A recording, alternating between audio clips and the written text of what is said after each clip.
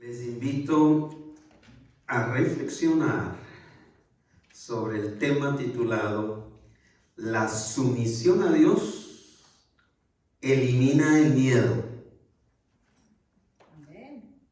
La sumisión a Dios, estar sujeto a Dios, elimina el miedo. Basado en este pasaje de Lucas, capítulo 1, versículo 26 al 38, donde se describe el mensaje enviado de Dios a través del ángel Gabriel a María. Lee de la siguiente manera: al sexto mes, el ángel Gabriel fue enviado por Dios a una ciudad de Galilea llamada Nazaret, a una virgen desposada con un varón que se llamaba José, de la casa de David, y el nombre de la virgen era María. Y entrando el ángel en donde ella estaba, dijo: salve, muy favorecida, el Señor es contigo, bendita tú entre las mujeres. Mas ella, cuando le vio, se turbó por sus palabras y pensaba qué salutación sería esta. Entonces el ángel le dijo: María, no temas, porque has hallado gracia delante de Dios. Y ahora concebirás en tu vientre y darás a luz un hijo y llamarás su nombre Jesús. Este será grande y será llamado Hijo del Altísimo, y el Señor Dios le dará el trono de David su padre, y reinará sobre la casa de Jacob para siempre, y su reino no tendrá fin. Entonces María dijo al ángel: ¿cómo será esto? Pues no conozco varón. Respondiendo el ángel le dijo: el Espíritu Santo vendrá sobre ti, y el poder del Altísimo te cubrirá con su sombra, por lo cual también el santo ser que nacerá será llamado Hijo de Dios. Y aquí tu parienta Elizabeth, ella también ha concebido hijo en su vejez, y este es el sexto mes para ella, la que llamaban estéril, porque nada imposible para Dios. Entonces María dijo: he aquí la sierva del Señor, hágase conmigo conforme a tu palabra. Y el ángel se fue de su presencia. El estar sujetos a Dios es la mejor manera de eliminar el miedo a lo que viene o a lo que vendrá. Lo dijo el apóstol Pablo: en el amor de Dios no hay temor, porque el amor de Dios echa fuera el temor. Y varios escritores coincidieron con esto. Definitivamente que el estar sujetos a la voluntad de Dios no permite que el miedo nos invada y nos paralice. El ser humano en general es reacio al cambio, es decir, se resiste al cambio en cosas mínimas.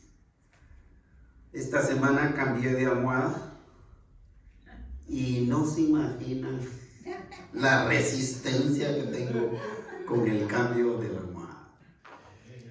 No sé a cuánto les pasa: compran un par de zapatos nuevos y cuesta deshacerse de las chanclas que ya no sirven, ya no funcionan.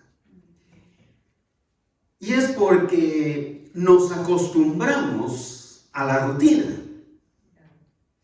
Y déjeme decirle que la rutina muchas veces nos facilita las tareas. Por eso nos gusta ser rutinarios. O también nos acostumbramos a hacer las cosas de cierta manera al punto que no encontramos una razón válida desde nuestra perspectiva para cambiar. De modo que todos terminamos haciendo cada uno lo que quiere, como quiere hacerlo y tomando su propio camino. Y aunque hay cambios a los que nos tenemos que ajustar sí o sí, hay cambios que no tenemos opción. Por ejemplo, el nacimiento de un bebé, ya sea un hijo, un nieto. Aunque nos resistamos a que nos llamen abuelo, tenemos que ir ajustándonos al cambio.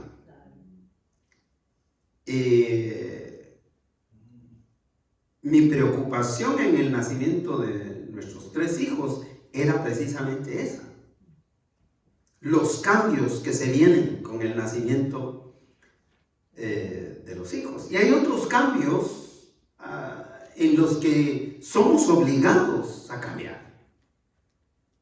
Que no cambiamos por voluntad, sino que tenemos que cambiar porque tenemos que cambiar. El cambio de un trabajo, nos quedamos sin empleo, hay que cambiar. Yo en los últimos 2 años he tenido cambios muy fuertes, muy fuertes. Pero en esos cambios me he visto obligado a ajustarme.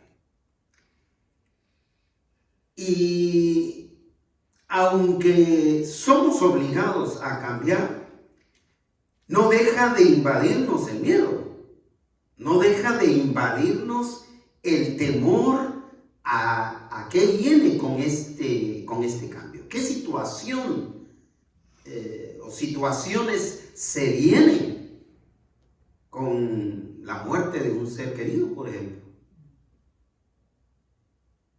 Nos invade el temor.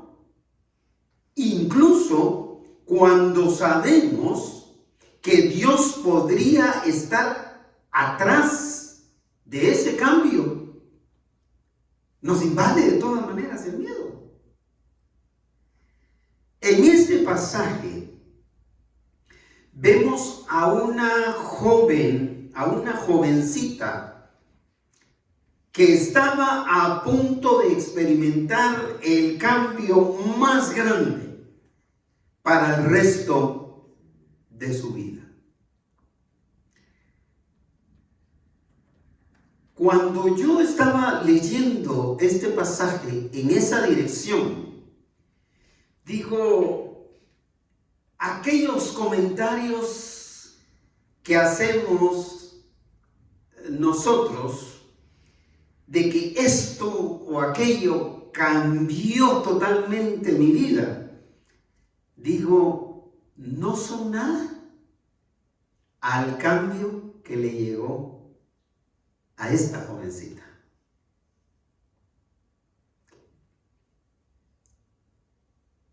Quien por vivir en sumisión a Dios completamente, la hizo vencer el temor que pudo haberle hecho perder tan grande bendición. Porque el temor o el miedo puede llegar al extremo de paralizarnos. Aunque sabemos que Dios está detrás de ese cambio, puede llegar a paralizarnos y a perdernos alguna bendición que el Señor quiere derramar sobre nosotros a través de ese cambio. A veces, en la lectura de la Escritura, valga la mención de esta mañana, descuidamos ciertos incidentes. Y quiero invitarlos, ya que estamos por iniciar un nuevo año, a que seamos un poquito más cuidadosos con el estudio de la Escritura. A que seamos un poquito más cuidadosos cuando escuchamos los sermones, los mensajes, las lecciones.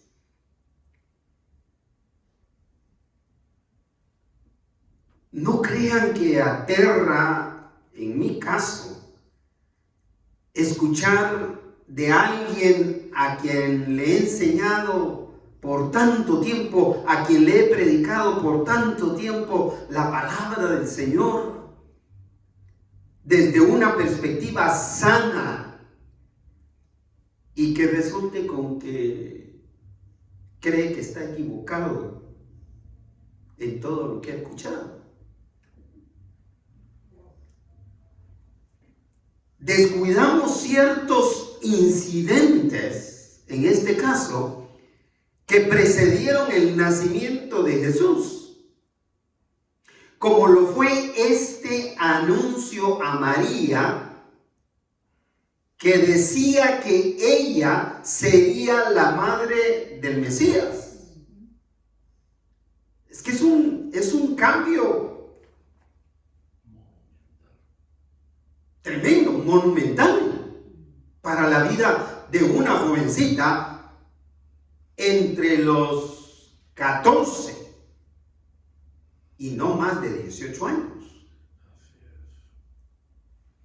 Ojalá que el ejemplo de esta jovencita nos anime como creyentes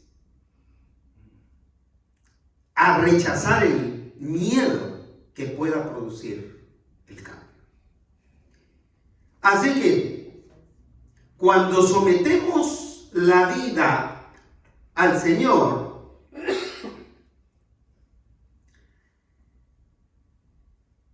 nuestra vida no deja espacio para el miedo.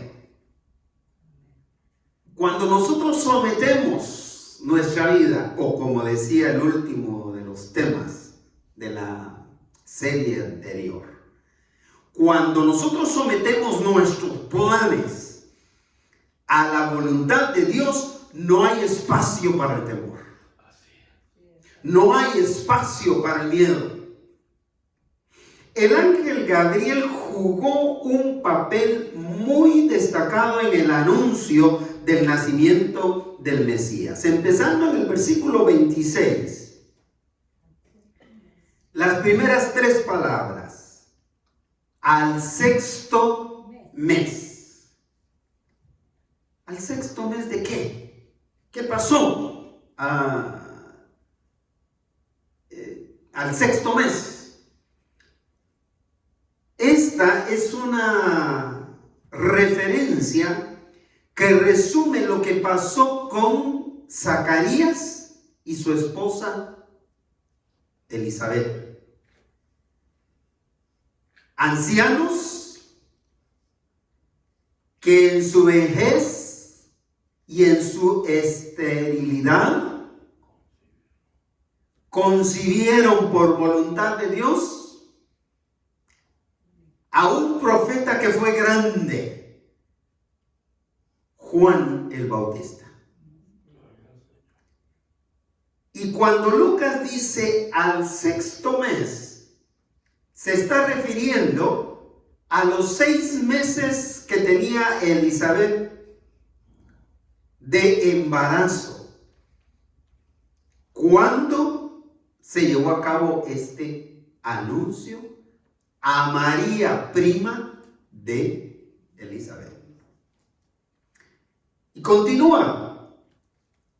Al 6º mes, el ángel Gabriel fue enviado por Dios a una ciudad de Galilea llamada Nazaret. El ángel Gabriel. Los ángeles son mensajeros sobrenaturales de Dios. No tienen poder si no les es conferido de Dios, si no les es dado de Dios. Por lo consiguiente, no son seres a los que se les debe rendir ninguna adoración. Porque solo son mensajeros, solo son enviados, solo son servidores de uno mayor, Dios Todopoderoso. El ángel Gabriel fue enviado por Dios a una ciudad de Galilea llamada Nazaret. En este caso, el nombre Gabriel significa hombre fuerte de Dios, que está en presencia de Dios, listo a servir lo que Dios le mande hacer. Gabriel aparece en este acontecimiento del nacimiento de Jesús varias veces. Y en el Antiguo Testamento se le apareció 2 veces a el profeta Daniel. Así que los ángeles no son otra cosa más que servidores de Dios en el reino de Dios. La misión del ángel Gabriel en este caso era comunicarle a una adolescente que el acontecimiento sobrenatural que cambiaría por completo el rumbo de su vida, ahí sí, el acontecimiento sobrenatural, milagroso, que estaba por acontecer, cambiaría totalmente la vida de esa jovencita llamada María.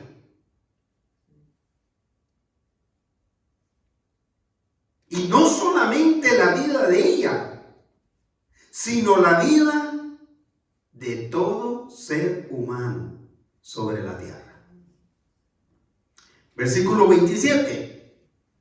Así que fue enviado el ángel Gabriel a una ciudad de Galilea llamada Nazaret. ¿A quién? A una virgen, dice el versículo 27, desposada con un varón que se llamaba José de la casa de David, y el nombre de la virgen era María. Una virgen desposada. Me llama la atención la insistencia de Lucas de referirse a María como una virgen. En este versículo 2 veces la menciona. A una jovencita, a una virgen.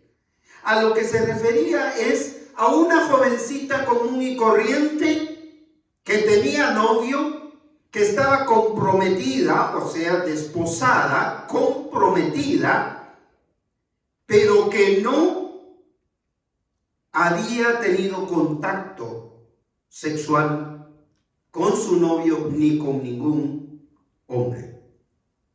Una virgen desposada, comprometida con un varón que se llamaba José de la casa de David. Un varón que se llamaba José de la casa de David, descendiente de David.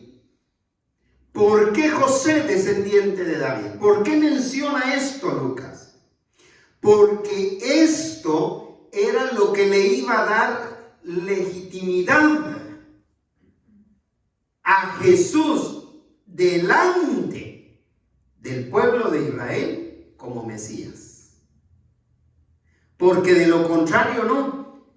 Aunque biológicamente al nacer de María, por ser María descendiente también de David, era legítimamente un descendiente de David. Pero ante el pueblo de Israel no consideraban el linaje de la mujer, sino que consideraban el linaje del hombre. Pero de igual manera, José era del linaje de David. Así que ante el pueblo de Israel y ante Dios, legítimamente, Jesús podía ser el Mesías, o es el Mesías, porque sí cumplió con ese requisito. Así que la situación que nos dice aquí de María era sumamente contrastante con la situación de Elizabeth y Zacarías. Por eso el miedo pudo haberla paralizado.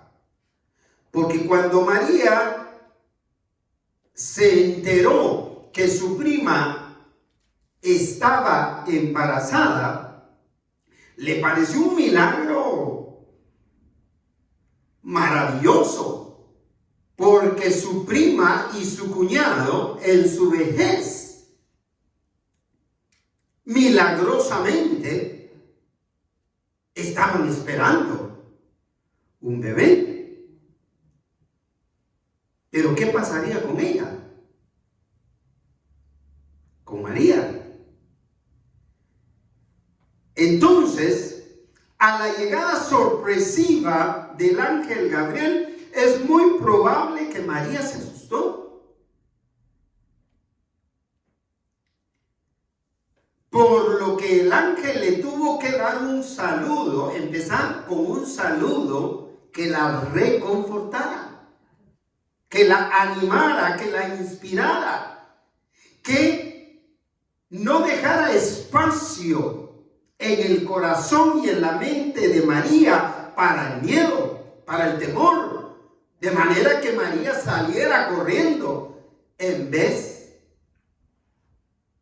de ser instrumento de Dios para esa bendición, para ella y para toda la humanidad. Versículo 28. Y entrando el ángel donde ella, María, estaba, dijo, lea conmigo, salve muy favorecida, el Señor es contigo, bendita tú entre las mujeres. Salve muy favorecida. ¿Qué significa muy favorecida?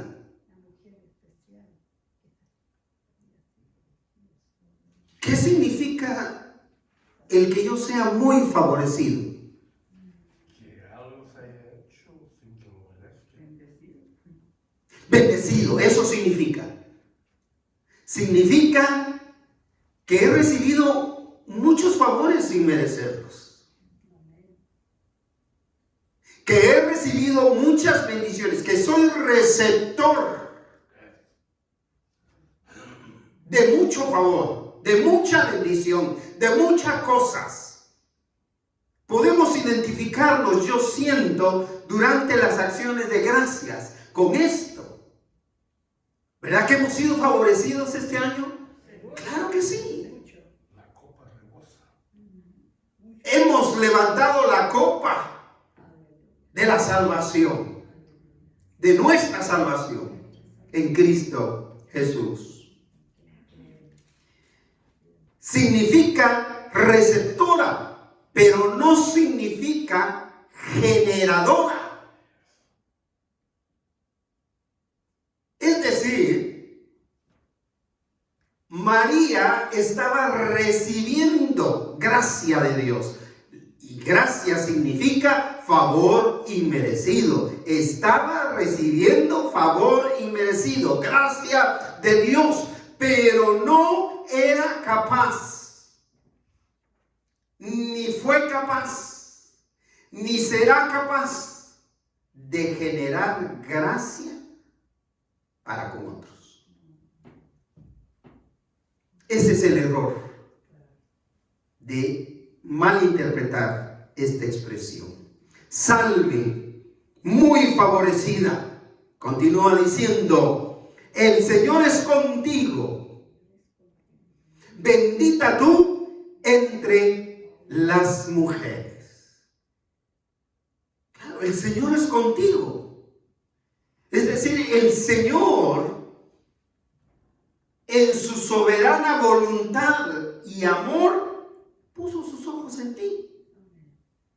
Sin que tú tengas nada de especial. ¿Sabe por qué? Porque al igual que María, esa jovencita, adolescente, había otras jovencitas temerosas de Dios.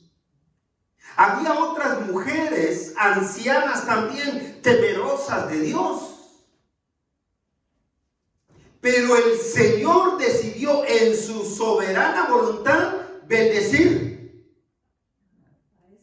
a esa mujer en particular. Por eso el ángel le dijo, el Señor está contigo, bendita tú entre las mujeres. ¿Cómo? No iba a ser bendita entre las mujeres si Dios la está escogiendo. Eso pienso yo cuando me ponía a pensar, pero ¿por qué estoy de pastor yo en la congregación? Porque el Señor me escogió. Cuando me preguntó el misionero diciendo, ¿y habla inglés? Yo le dije, no. Y entonces él me preguntó, ¿y entonces qué estás haciendo aquí?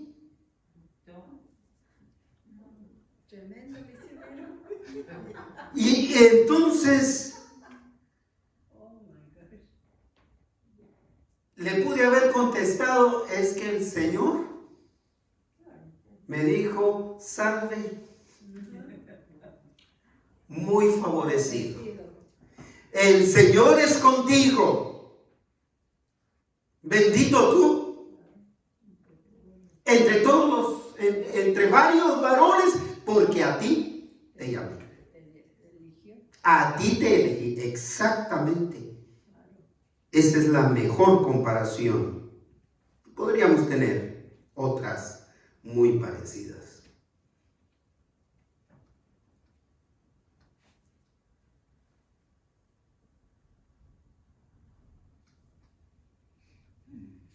Es decir, que había sido elegida por Dios para ser la madre terrenal del Hijo de Dios, no la madre de Dios.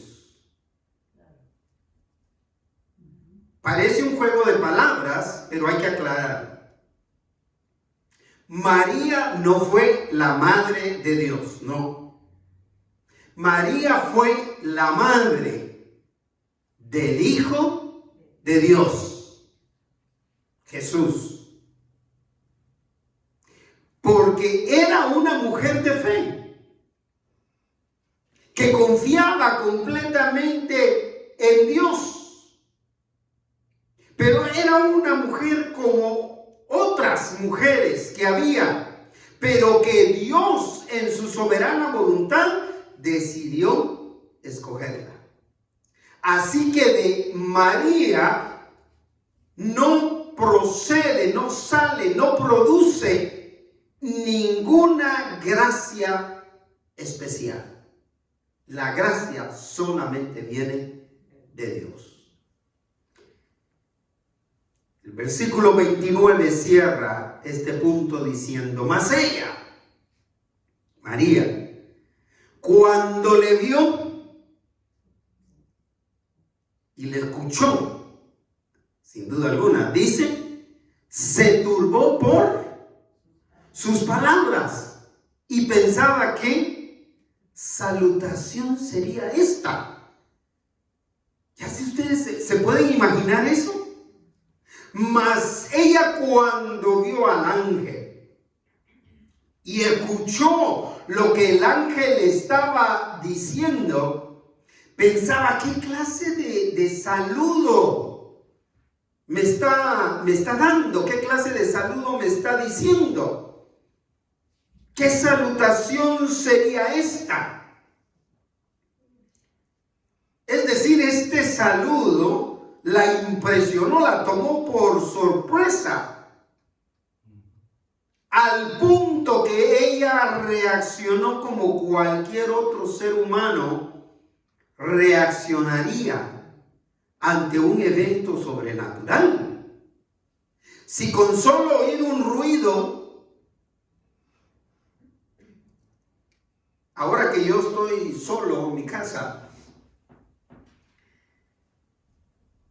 y oigo un ruido, yo me levanto y tengo que cerciorarme de qué fue lo que pasó. Y voy y chequeo todo. Porque no puede ocurrir en un lugar donde se está solo, no puede ocurrir algo sin que haya una razón. Y en el caso de María, ella se turbó por lo que vio y por lo que oyó. Y dijo, ¿qué clase de saludo es este?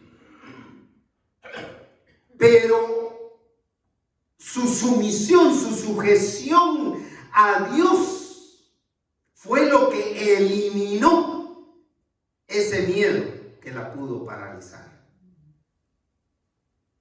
Así que hay que sujetar nuestra vida a Dios, porque la sujeción, la sumisión a Dios elimina el temor o el miedo al cambio. Cuando sometemos la vida al Señor, en segundo lugar, su gracia nos protege del miedo. No se trata de que María hubiera hecho algo merecedor de la gracia de Dios. Ese es un error también que se comete mucho en la interpretación de la vida de María.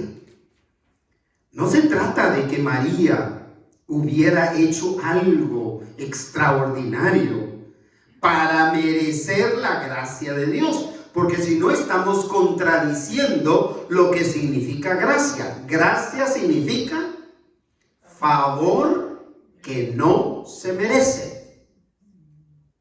Llena eres de gracia. El Señor es contigo. Bendita tú entre las mujeres. Sí, llena eres de gracia. Es decir, el Señor te ha favorecido muchísimo sin que lo merezcas.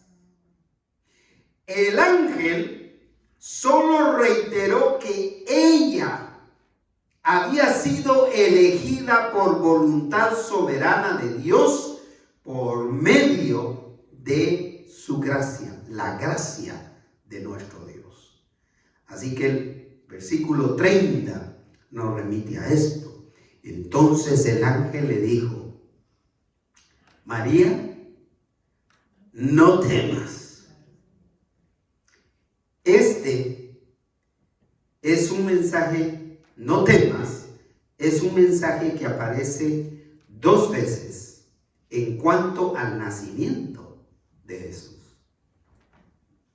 Pues al principio, naturalmente, María reaccionó con miedo por lo que estaba pasando.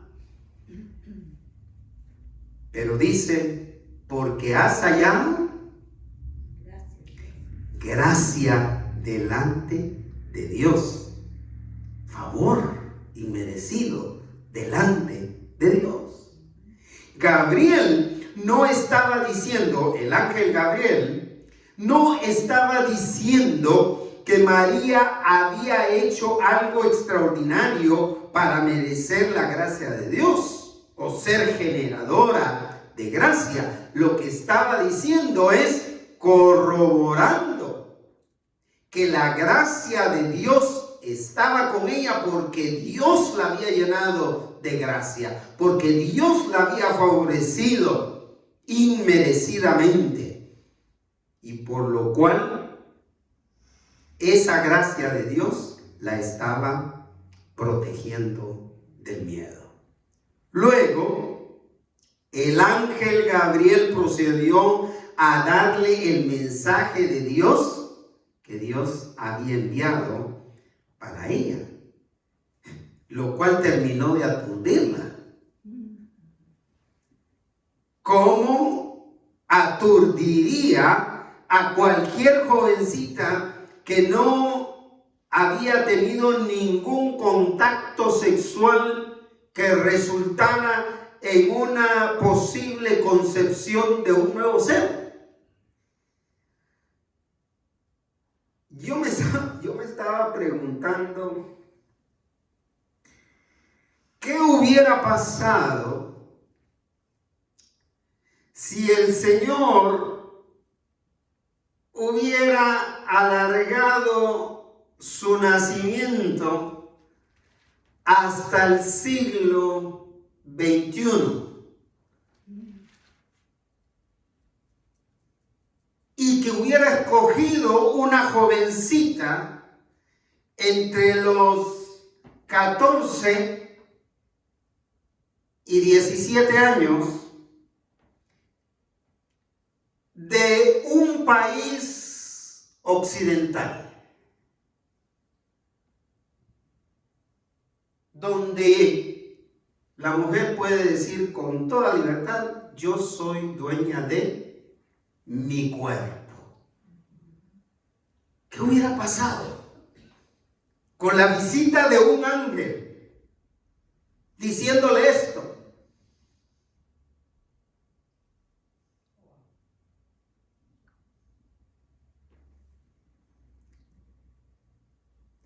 Que había sido elegida por voluntad de Dios para un trabajo especial.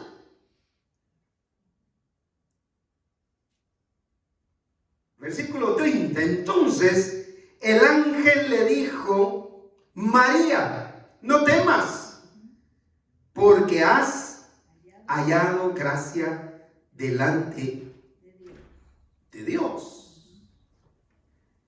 Ahora viene el versículo 31 y vea cómo empieza. Y ahora, dice Lucas, y ahora. ¿Sabe qué significa esa expresión? Ponle cuidado a lo que te voy a decir. Pon mucha atención, pero más que atención, ponle cuidado. ¿Cómo vas a entender esto? Y ahora le dice, sin tener ningún contacto sexual ni con tu novio ni con nadie, le dice: concebirás en tu vientre y darás a luz un hijo y llamarás su nombre Jesús. Eso era lo que yo pensaba.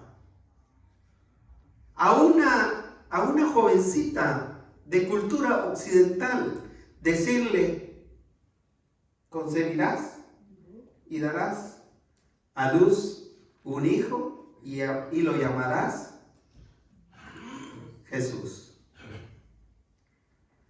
Si en cuanto a poner nombres, las que tienen la última palabra son las mamás.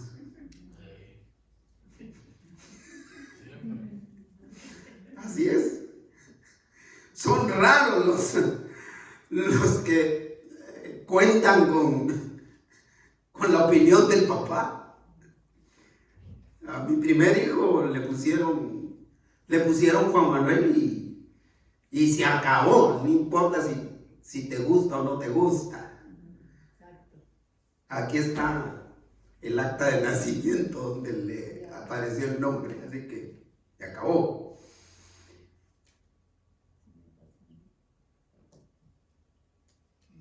Pero en este caso el ángel le está diciendo: y ahora concebirás en tu vientre y darás a luz un hijo y llamarás su nombre Jesús. ¿Se imagina la cantidad de preguntas que bajaron a la mente de esa jovencita? ¿Qué va a decir mi padre? Gracias por su participación. ¿Qué va a decir mi papá? ¿Qué va a decir mi mamá? ¿Qué van a decir los vecinos? ¿Cómo? ¿Y qué le voy a decir a mi novio?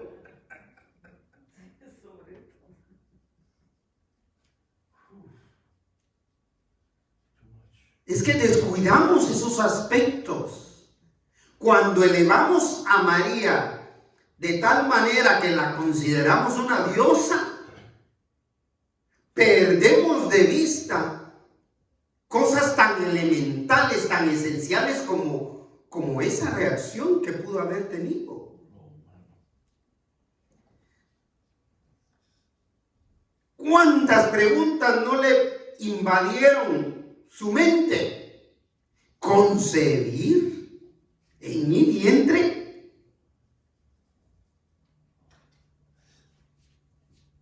Y lo que era más todavía: y tendrás un hijo y llamarás su nombre Jesús, que significa Mesías, Salvador. ¿Qué pregunta hubiera hecho usted? ¿Qué? ¿Madre del Mesías? ¿Mamá de Jesús? ¿Cuáles otras preguntas se hubiera hecho usted si a usted le hubiera llegado ese mensaje? Hermano, estoy muy jovencita. Sí. Otra. ¿Por qué tengo que ser yo? Sí, porque quizá la pregunta hubiera sido: ¿qué responsabilidades voy a tener yo con eso? Si yo, como hombre, una de las cosas que más me angustiaban cuando mi esposa me decía: estamos esperando el primero. Ay, Señor, que todo salga bien. Claro. Que venga un niño sano. Y ahí llega el segundo anuncio. Estamos esperando el segundo. Y en ese tiempo que no se sabía, todavía no se podía saber el sexo, ¿verdad? Y a orar que, bueno, si es varón, tal cosa, si es aquella angustia. Y yo me imagino que tanto mi esposa como cada una de las mujeres que están acá, y veo que todas son mamás, han dado a luz, han tenido esa experiencia, que lo primero que harán es: tráigame a mi bebé, quiero ver que esté bien, que esté sanito. Yo me imagino que aparte de los dolores físicos que produce el nacimiento del bebé, hay una tensión emocional grande en cómo viene. Y yo creo que las he puesto a pensar, tal vez no se habían puesto a pensar en eso. Pero María sí, yo creo que sí, por lo que sigue. Y ahora concebirás y darás a luz. Concebirás en tu vientre y darás a luz un hijo y llamarás su nombre Jesús. ¿Cuáles son mis responsabilidades como madre del Mesías?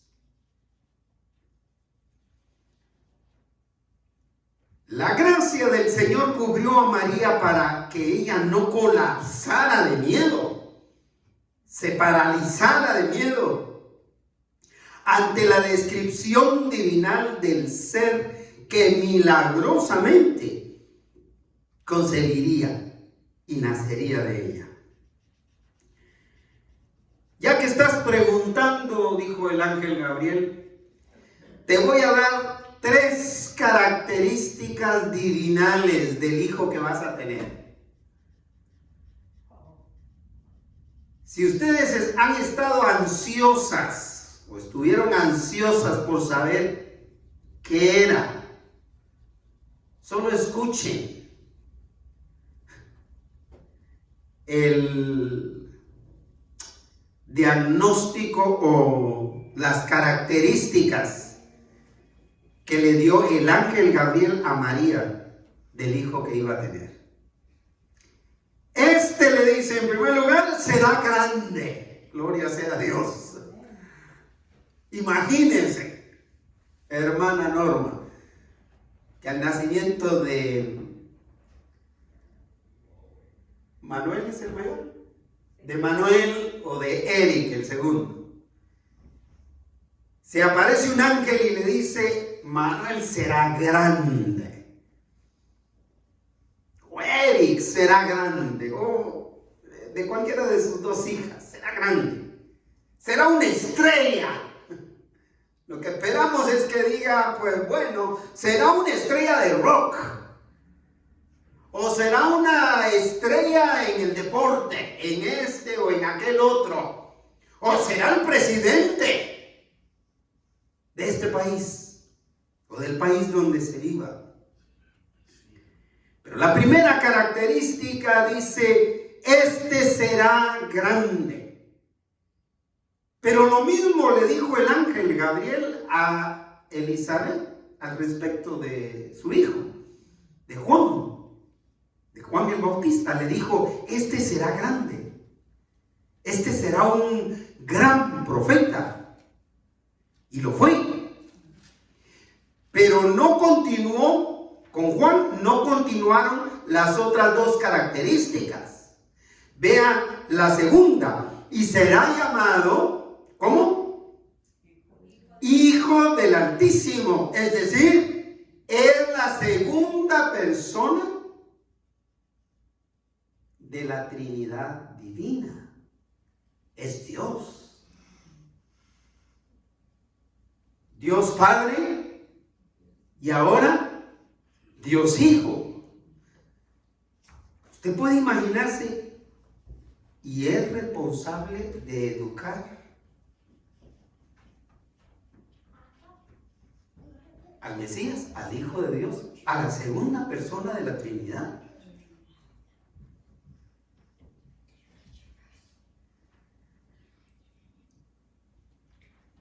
Y el Señor Dios, tercera característica, ¿le dará qué?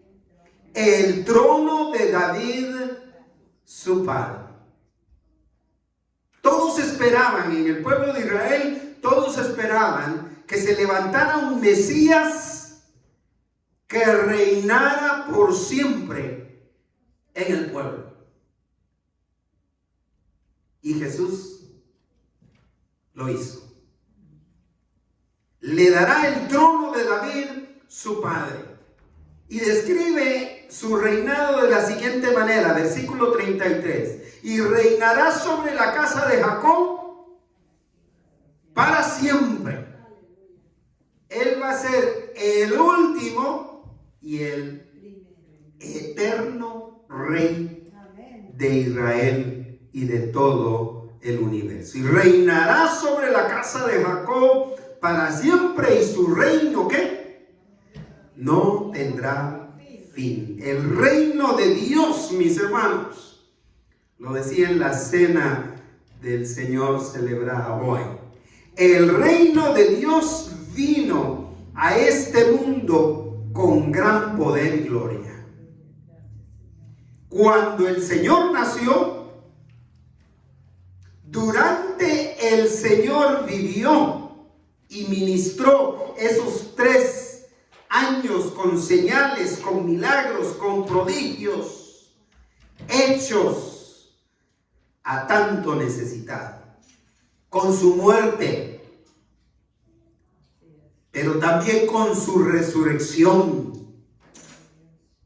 también con su ascensión al cielo. Y así será en su venida por nosotros.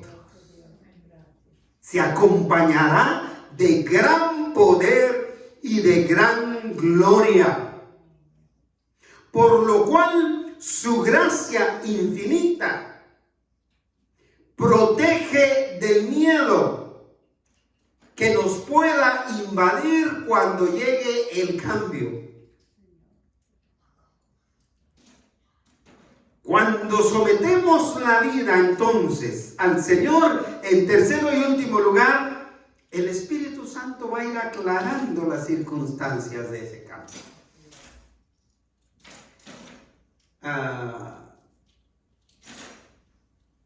El Espíritu Santo ha venido aclarando de a poquito todas las circunstancias de los cambios por los que estoy atravesando.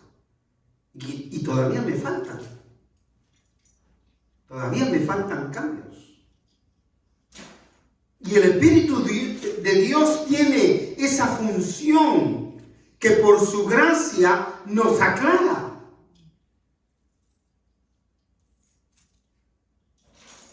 Como pudo habértelo aclarado, hermana Mirta, cuando te llevó de esta área a donde tu hija, y de igual manera te regresó. Como cualquier otro cambio que usted pudiera estar enfrentando en este momento. La jubilación, el retiro, es otro cambio que nos llega. Cuando tiene caña uno empiezan a salir. Sí. Qué fuerte, Sí, así es. El Espíritu Santo aclara las circunstancias de los cambios. Y en este caso lo hizo. La solicitud de aclaración por parte de María se debió a que pensó que se trataba de una concepción normal.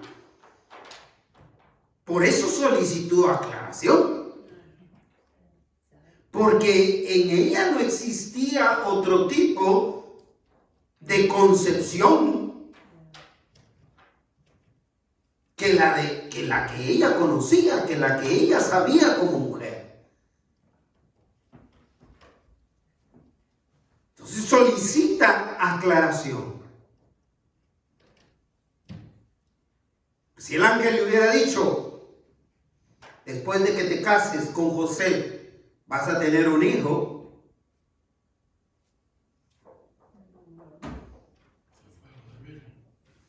¿ya? Exactamente. Pero habiéndole planteado lo que le plantea en los versículos 32 y 33, que concebirá de la nada, que no será una concepción normal, sino una concepción sobrenatural. Entonces, versículo 34, María dijo al ángel, ¿cómo será esto? Solicitó aclaración. No fue una duda. Fue una pregunta legítima en base a lo que ella sabía de alguna manera. ¿Cómo será esto? Y da su razón, su argumento. ¿Cuál es su argumento? Pues no conozco varón. Es decir, yo estoy comprometida con José, pero no conozco varón, nunca lo he conocido como varón. María había entendido que de alguna manera ella quedaría embarazada, pero no entendía cómo eso podía suceder si aún no había tenido ningún encuentro marital con su novio. Así que no es que dudara, sino que necesitaba aclarar en su mente cómo aquello acontecería, cómo aquello iba a suceder. Y el Espíritu Santo, en su respuesta aclaratoria, describió a través del ángel Gabriel un escenario milagrosamente asombroso y poderoso, todavía para bendecirla más de lo que la había bendecido. Y si el miedo aumentaba, la gracia del Señor también aumentó. Versículo 35. Respondiendo el ángel le dijo: el Espíritu Santo vendrá sobre ti. Eso significa, habrá un poder especial, un milagro en tu vida.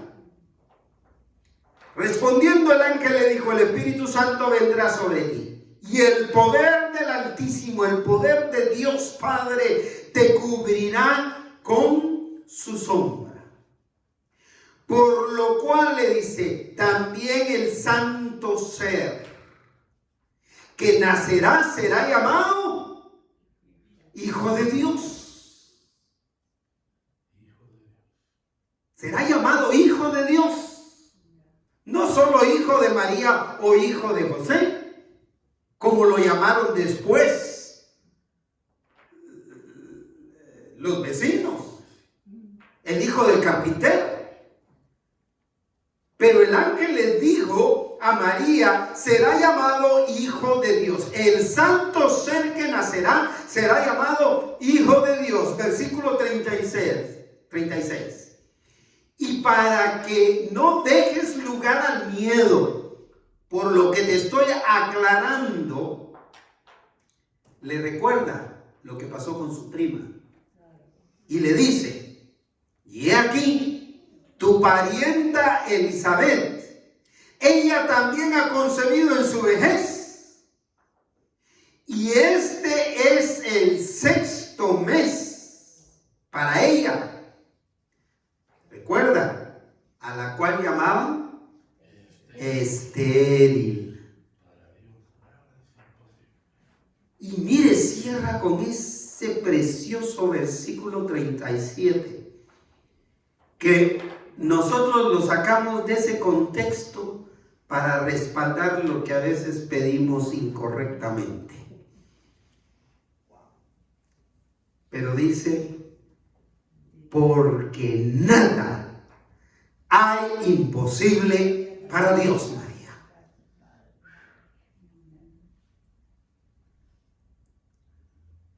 Eso tenía que traer paz.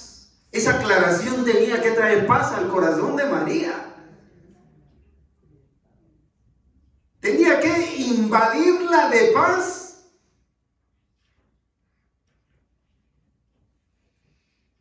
Para que ella pudiera seguir en ese proceso de recibir la bendición, de quedar embarazada y esperar los 9 meses.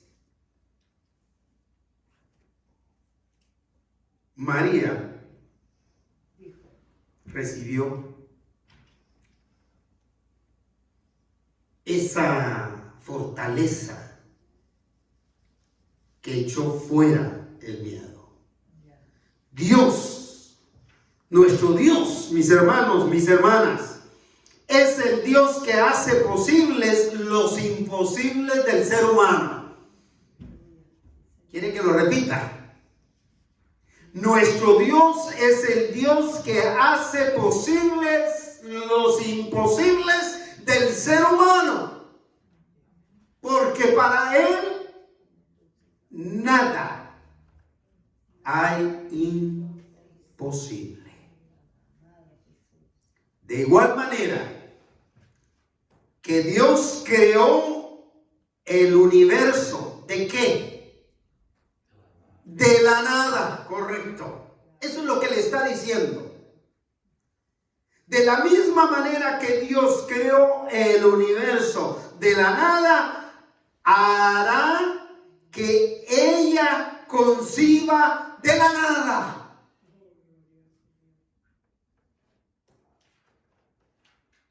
Solo por su gracia y el poder de su palabra. Aquella aclaración para María fue tan determinante que María terminó declarando su total sumisión a la voluntad de Dios. Y como dijo Juan Manuel en la lectura bíblica, que es esta misma, en otra versión, es algo que debiéramos de decir cada uno de nosotros. Versículo 38, leamos en voz alta juntos. Si tenemos versión Reina Valera. Entonces María dijo: he aquí la sierva del Señor, el siervo del Señor, hágase conmigo conforme a tu palabra. Y el ángel se fue de su presencia. Hágase conmigo conforme a tu palabra. María respondió diciéndole algo como esto al ángel: Ángel Gabriel, dile al Señor que yo, su sierva, me someto completamente a su voluntad.